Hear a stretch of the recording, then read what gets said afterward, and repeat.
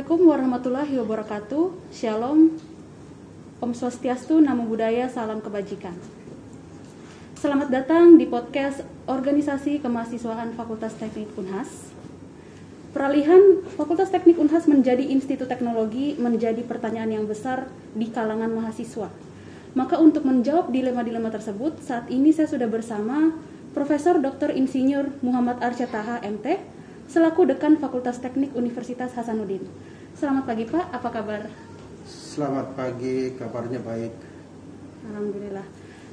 Jadi Pak, saya mewakili teman-teman dari Organisasi Kemahasiswaan Fakultas Teknik untuk bertanya soal kejelasan Fakultas Teknik menjadi Institut Teknologi Hasanuddin ke depannya. Nah, melihat dari pembahasan di Tudang Sipulung kemarin, sepertinya saya tadinya ingin membuka dengan pertanyaan, apakah Fakultas Teknik dialihkan menjadi Institut Teknologi akan segera direalisasikan? Sepertinya itu sudah terjawab ya Pak. Jadi mungkin saya akan bertanya kepada Bapak soal progres sejauh mana persiapan peralihan Institut Teknologi ini sudah berjalan Pak. Oke, baik, terima kasih. Assalamualaikum warahmatullahi wabarakatuh. Selamat pagi dan salam sejahtera untuk kita semua. Ya, terima kasih Dea sudah datang untuk memperjelas bagaimana rencana pembentukan Institut Teknologi. Ya, khususnya yang kita rencanakan Fakultas Teknik Unhas itu akan kita dorong untuk menjadi Institut Teknologi. Ya. Sebelum saya menjawab progres itu, mungkin sekilas dulu ya, bahwa wacana dari Fakultas Teknik menjadi institut itu sesungguhnya sudah lama ya. Terhitung itu sudah 19 tahun itu wacana pertama kali ya. Kemudian lanjut pada saat diputuskan oleh pemerintah pusat membangun kampus Fakultas Teknik ini di Goa. Itu kenapa dasarnya dilokasikan di sini ya, terpisah dari kampus induk, itu karena memang sudah diwacanakan atau sudah direncanakan untuk akan dikembangkan menjadi Institut Teknologi. Itu dulu ya, karena kenapa? Karena kawasan timur Indonesia itu sangat-sangat butuh sumber daya manusia teknik yang unggul, sangat butuh inovasi-inovasi teknologi untuk mengembangkan kawasan timur Indonesia ini atau menjadi lokomotif pembangunan kawasan timur Indonesia ini untuk mengejar ketertinggalannya dari kawasan barat. Kita tertinggal jauh ya. Itu dulu. Progresnya kita tidak bisa persis mengukur progres karena ini kan nanti jatuhnya itu ke kebijakan pemerintah pusat. Ya. Jadi bisa cepat, bisa lama, ya. Itu tergantung dari ketemunya keinginan dari bawah dan dipahaminya keinginan itu oleh pemerintah pusat bahwa tujuannya bagus, ya, tujuannya baik untuk menguatkan teknologi di kawasan timur. Kita tidak mau teknologi kuat di kawasan timur oleh orang-orang dari barat. Anak-anak kita di sini yang harus kita kuatkan, ya. Jadi itu kira-kira sekarang ini kita sudah menyerahkan proposal. Kenapa? Karena pada saat awal saya dilantik menjadi dekan, itu ada pernyataan harus saya tanda tangan bahwa saya harus bisa mewujudkan menjadi institut. Jadi ini ada amanah yang saya jalankan dan ini saya kerja terus.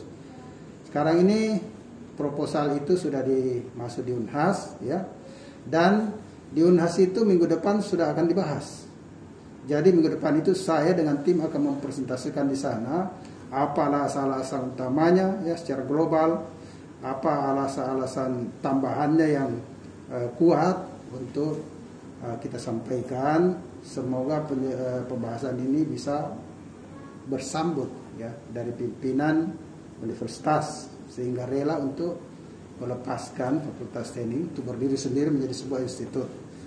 Di kawasan timur belum ada institut, di barat sudah ada, di Jawa apalagi banyak. Di barat sudah ada Institut Teknologi Sumatera, Di Kalimantan malah sudah ada, ya. Kita ini yang sudah matang, Fakultas Teknik yang sudah sangat matang ini, di timur belum ada. Karena itu kita dorong ini. Gitu. Oke? Baik.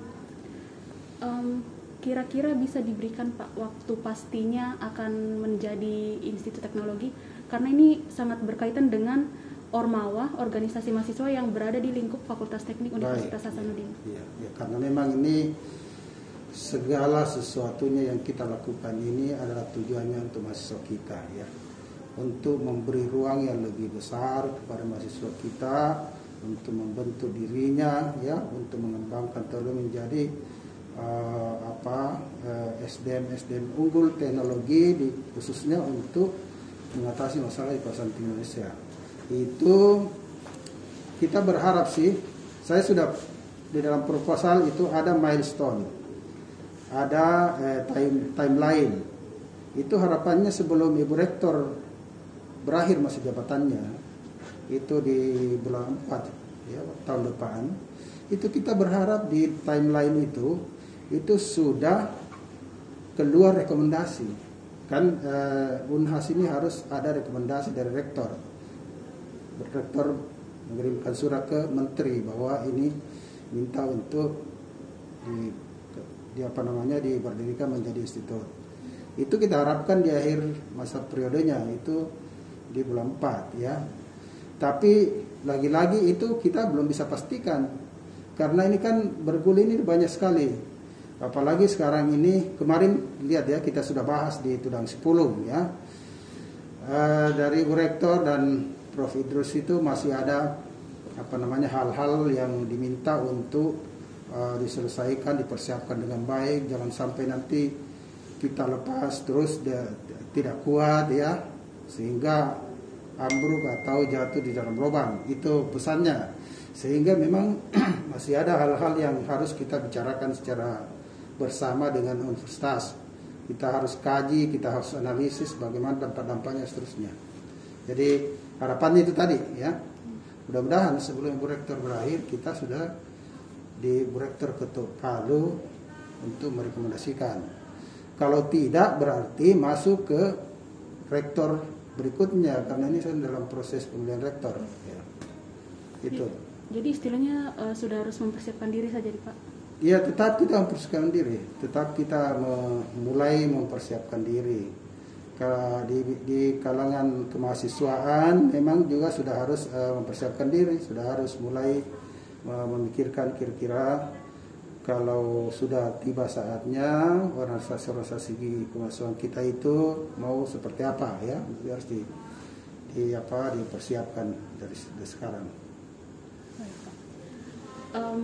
Kemudian apa kira-kira cita-cita dan tujuan serta benefit yang ingin dicapai dalam kebijakan ini Pak? Dan kenapa kemudian pilihan terbaiknya itu adalah memisahkan diri dengan Universitas Hasanuddin? Ya. Karena kita sendiri tahu Universitas Hasanuddin pasti bangga punya fakultas teknik yang sangat istilahnya Bu Rektor kemarin primadonanya Universitas Hasanuddin. Dan fakultas teknik pun pasti bangga menjadi bagian dari Universitas Hasanuddin. Ya. Oke, baik. Jadi kita bertolak dari satu alasan yang lebih besar, ya. Alasan yang lebih besar. Kita ingin memperbesar kapasitas dari sebuah perguruan tinggi teknik ya, dari fakultas. Kita kalau sebuah institut itu dia akan fokus ya mengembangkan bidang teknik, kemudian kapasitasnya bisa menjadi besar sebagaimana kebutuhan sumber daya manusia teknik itu semakin ke depan semakin besar. Ingat, visi Indonesia kita sekarang itu menuju Indonesia Emas 2045. 2045 itu dari sekarang sisa 40 berapa? Sisa 20 tahun, ya. Kita harus berhitung-hitung 20 tahun ini. Sebetulnya alternatifnya itu pemerintah pusat itu bisa saja membangun sebuah institut baru di timur, ya. Tapi ya itu ada juga dampaknya ke Unhas. Kalau dibangun institut baru yang besar yang kuat, maka pamor kita tentu Unhas itu akan jatuh dan tidak, karena ada saingan yang lebih besar kan. Nah, kenapa bukan Unhas yang mengambil alih ini, memegang ini, menjadi primadona di Indonesia Timur dengan melepas ini menjadi besar? Karena ini anaknya Unhas. Anak dengan bapaknya atau ibunya itu tidak akan pernah pisah. Artinya tetap bersama-sama. Kalau misalnya Unhas di satu saat mau membangun teknik, bisa saja dia buka lagi. Apalagi PTNBH itu tidak susah membentuk fakultas. Ya toh?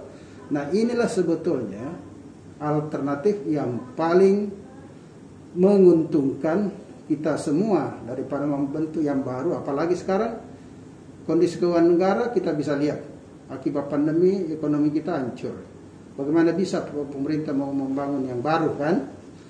Kalaupun membangun baru, berapa lama harus dikembangkan baru bisa betul-betul siap untuk mengembangkan teknologi itu. Padahal waktu kita sampai 2045 sudah pendek, kan? Nah, ini fakultas teknik sudah matang. Itu jadi pertimbangan-pertimbangannya itu. Jadi kita ingin menjadi institut, menjadi besar, menjadi kuat, dan kita tidak ingin Unhas itu menjadi lemah. Kita akan bersama-sama dengan Unhas induk kita itu untuk dua-duanya menjadi besar, itu menjadi penerang cahaya di timur ini, ya, menjadi terkemuka di timur ini, begitu ya. Karena ke depan menuju 2045 ini 70% nanti itu lulusan itu dibutuhkan dari engineering, mathematics, engineering, ya, sains ya. Itu jadi itu alasan kuatnya, ya. Itu kira-kira gambarannya. Ya. Kemudian kalau dari segi komponen-komponennya Pak, seperti sumber daya manusia dan prasarana di Fakultas Teknik Unhas itu, apakah sudah memenuhi syarat sesuai dengan Permendikbud RI nomor 7 tahun 2020 tentang pendirian, perubahan dan pembubaran Ya. PTN? Sudah deh, sudah. Jadi kita kan sudah membuat proposal, sudah melakukan kajian tim. Ada tim kita bentuk, saya bentuk di sini, diketuai oleh Prof. Saleh Palu. Itu sudah melakukan kajian analisis. Seluruh persyaratan yang ada di Permen nomor 7 tahun 2020 itu sudah terpenuhi. Sudah lebih terpenuhi. Sampai kita sudah menghitung analisa SWOT-nya namanya. Kelayakannya sudah kita hitung dan sangat layak. Sudah ketemu sangat layak. Ya. Jadi kita kuat di SDM-nya kuat, infrastrukturnya kuat, apalagi ya pendapatannya juga kuat. Ya.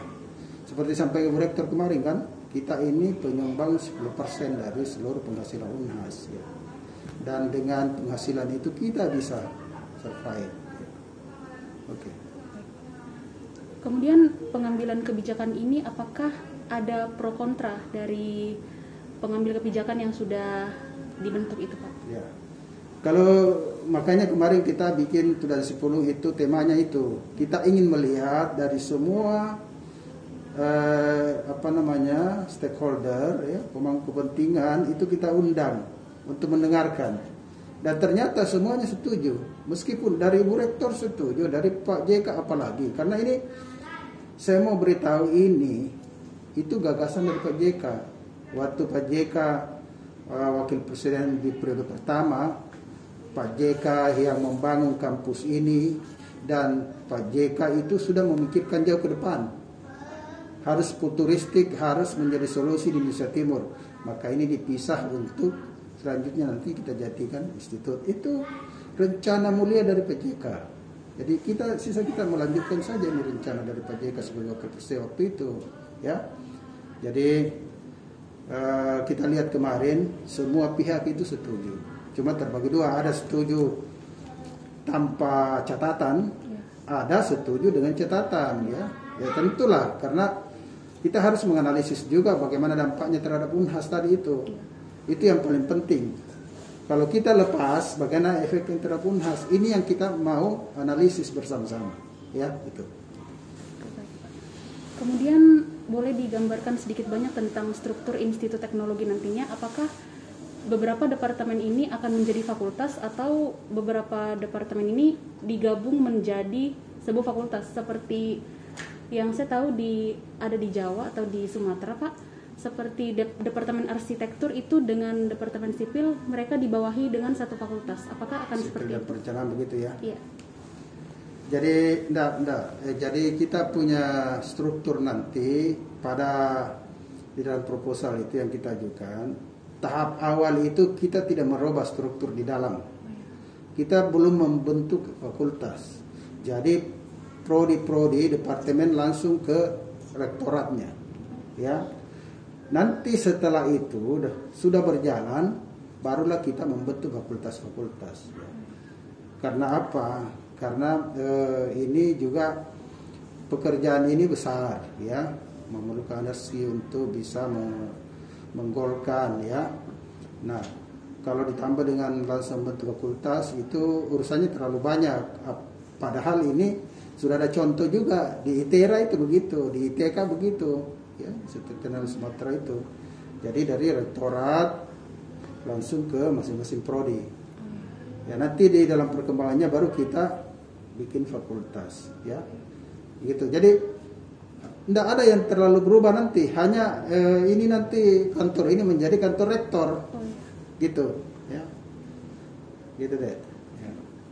Kemudian seperti yang kita tahu, Pak, beberapa departemen atau bahkan sudah hampir semua departemen ya, Pak, sudah mendapatkan akreditasi internasional dan akreditasi A yang sudah dicapai oleh mereka.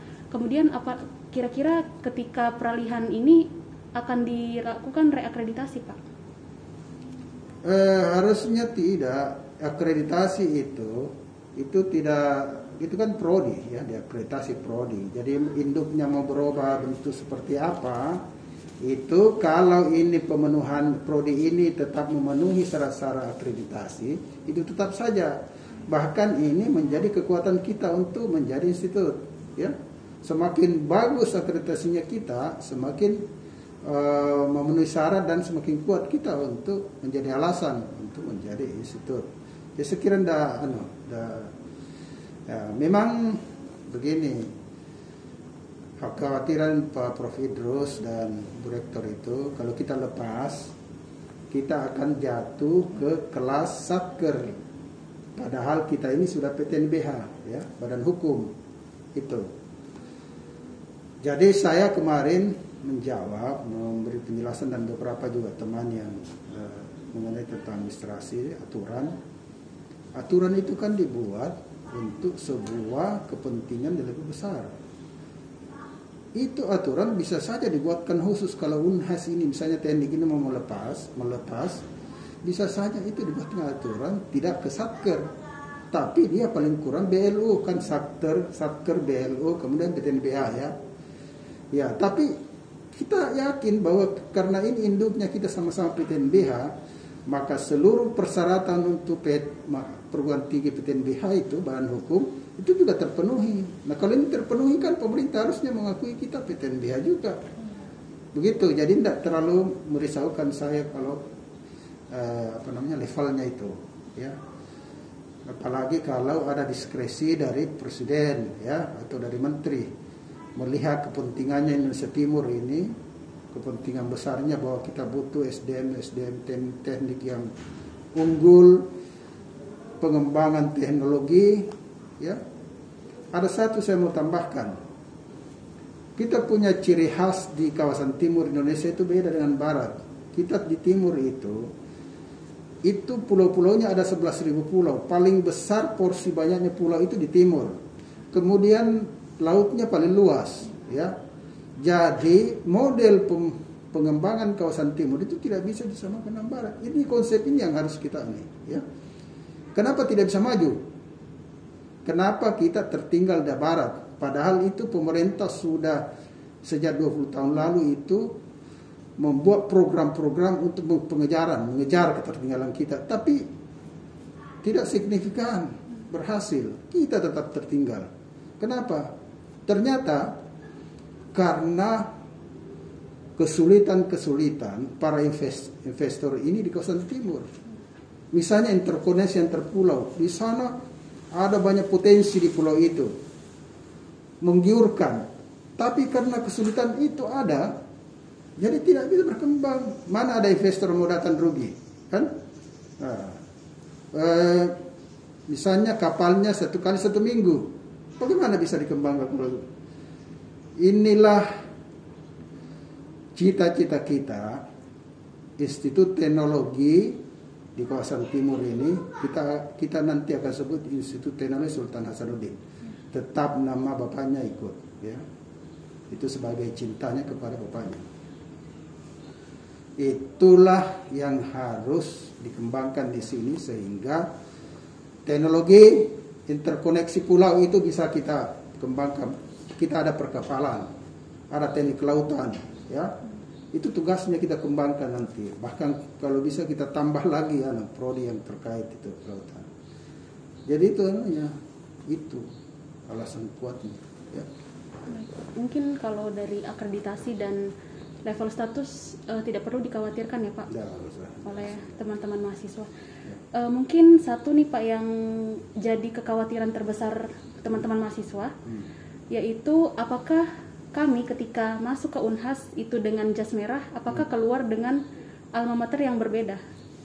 Kalau mahasiswa ini itu dengan kalau sudah resmi itu berarti dikeluarkan oleh institut. Harusnya berbangga dong, ya. Kalau kita keluarkan Fakultas Teknik saja dari Unhas, kita ini institut keluar dengan embel-embel sudah institut, sudah setara dengan ITB, ya. Karena memang tujuannya Pak JK itu dulu supaya ini ada institut yang sama atau melebihi ITB, ITS di Jawa. Itu sasarannya. Dan Pak JK kemarin dengar ya, Fakultas Teknik dari fasilitas, dari apa, kita yang terbaik di Indonesia. Jadi kalau ini menjadi institut, maka kita menjadi institut terbaik, terkuat, ya. Sisa kembali ke kita semua, adik-adik semua mahasiswa. Mau enggak kita semakin melebihi besar? Tentu mau kan, lebih hebat daripada ITB, ya. Lebih hebat dari ITS. Itu. Ya, jadi jangan khawatir, saya kira mahasiswa dan tentu kita sangat berharap itu ada dukungan penuh ya dari mahasiswa kita, karena itu satu poin yang penting kita dengar kemarin ya, alumni kita ini luar biasa itu dukungan alumni, satu poin yang mengatakan kalau bisa besok lah kita, minggu depan lah, kalau perlu saya yang urus ke menteri. Coba itu semangatnya, karena ini bahkan banyak sekali yang memberi komentar di grup-grup. Kenapa terlambat sekali? Harusnya dari dulu. Ya kan? Wacananya sudah 19 tahun. Mau kapan lagi? Jangan terlalu lama berpikir. Momennya ini. Jangan kita lewatkan momen ini. Ya. Kalau ini momen ini lewat, ya ada. Kita menjadi hilang pamor. Apalagi kalau tiba-tiba ada diskresi dari pemerintah pusat, karena jelas untuk menuju ke 2045 ya Indonesia emas, maka pemerataan pembangunan harus jadi dulu baru bisa capai itu. Nah kita ini tertinggal, jadi pasti ini pemerintah kebijakan pertamanya itu pemerataan dulu. Bagaimana pemerataan? Ya butuh di sana perguruan tinggi yang kuat di timur. Jadi kalau tiba-tiba presiden tunjuk, kalau kita lambat-lambat tunjuk siapa, Samratulangi atau tunjuk apa namanya di Maluku itu ya, Patimura atau Cendrawasih, dia tunjuk, mati kita hilang, kesempatan itu lewat, itu padahal kita sudah matang, gitu pemikirannya, ya, oke. Jadi mungkin nanti di ijazah juga sudah keluar menjadi mahasiswa lulusan Institut Teknologi ya Pak? Iya pasti begitu. Kemudian ada tambahan Pak? Tidak ada? Sudah cukup. Kemudian saya ingin mengajak Bapak ke dalam mesin waktu ketika institut ini sudah terbentuk. Kira-kira apa usaha dalam membangun reputasi Institut Teknologi Unhas ini Pak? Supaya kita bisa bersaing dengan ITB dan ITS yang ada di Pulau Jawa?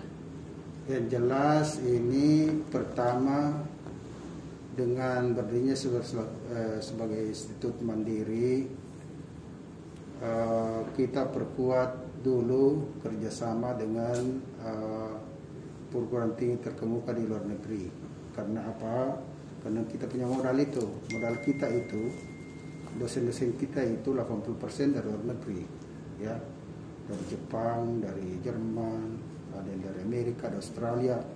Itu dulu kita perkuat, ya, bikin kolaborasi dengan perguruan tinggi terkemuka di dunia, ya, kita bikin riset bersama, kita bikin ini, akhirnya menjadi sangat besar, akan menjadi besar, apalagi di kawasan timur ini banyak sekali objek-objek riset yang sangat menarik, ya, yang akan berdampak mendorong pembangunan. Itu yang menarik sekali, banyak, karena unik, kita ini di kawasan yang unik, jadi kita akan besar begitu. Dan yang kedua, tahu pendaftar yang mau masuk teknik itu hanya 5-7% yang diterima dari yang mendaftar. Begitu banyaknya anak-anak kita di sini yang mau masuk di sini, ya, persaingan sangat ketat.